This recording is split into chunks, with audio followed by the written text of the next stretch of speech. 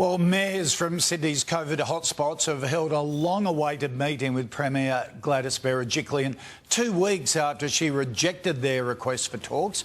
The group demanded an easing of restrictions, including an immediate end to curfews and the reopening of public pools. But the Premier refused to make any promises. Joining me now, Khal Asfour, the Mayor of Canterbury-Bankstown, Steve Christou, the Mayor of Cumberland.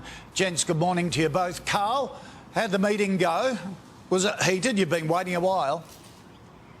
Look, it was constructive, it was cordial, it did get heated at times. When we were talking about the discrimination, the fact that, you know, we have to mandate some workers to get vaccinated while working with others that aren't, you know, it just doesn't make sense to us. Why only 2 hours of recreation time? Why not 3 or 4? And that's where it got a bit heated, but overall the meeting was constructive. We got our points across. We do want the curfew to disappear, and she can do that with a stroke of a pen. And public pools, we think they should be open, and we need somewhere to cool off in the summer, and I think we can do it in a COVID-safe way. OK, hopefully you're out of lockdown by the time it starts to get too hot. But how did the Premier respond? Did she give a commitment, Khal, for a quick action? Look, she didn't give a commitment. She did promise that she would go back and seriously look at our concerns. She'll talk to her cabinet colleagues. And I think the proof will be in the next few days whether she makes any changes to the public health orders. If she doesn't, then maybe it was just a waste of time. Yep. Steve, what's your priorities for your community? What did you put to the Premier? Well, the Premier was given some long overdue realities yesterday, and my main priorities that we put to the Premier was that curfews and lockdowns need to end immediately, and why hasn't Cumberland City Council been given a vaccination hub, given that at 11 a.m.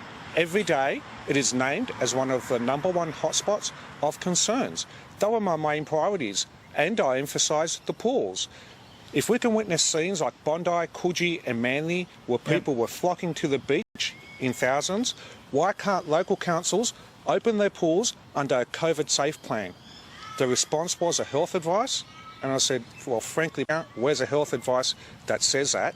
And why was a health minister out there on the weekend saying fresh air is good for people? Well, fresh air is good for people, and we can do that at our pools under an appropriate COVID safe plan. Yeah. Steve, I am stunned because you are singled out. You're still the hotspot in every daily briefing when we had them. For you not to have a vaccine hub sounds crazy, because your community has really had the fastest uptake anyhow. They've said, well, vaccine hub or not, we're going to do the right thing.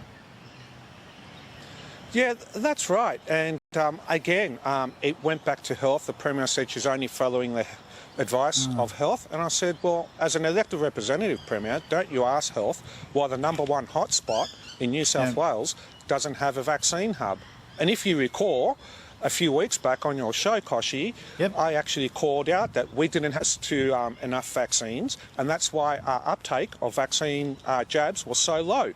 But when we got them, you saw the proof. Our community came out in droves and did the right thing, and now we're leading the way. We're amongst the top group for being vaccinated. Yeah, I must admit we're all getting a bit frustrated with just following the health advice. It's like a motherhood statement, isn't it? We just want details. You know, it's a lot more complicated than that. Gents, good luck with your mission, and congratulate your communities, because you have been a hot spot, but everyone is trying to do the right thing, which is fabulous. Good to see you. Thanks, Thank you.